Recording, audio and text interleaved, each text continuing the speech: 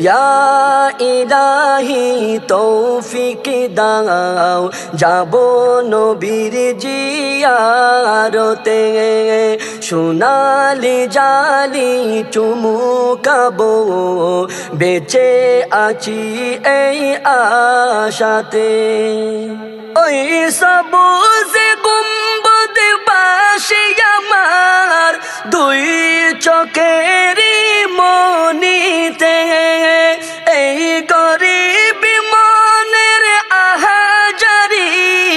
নবীর কদমে চুমু দিতে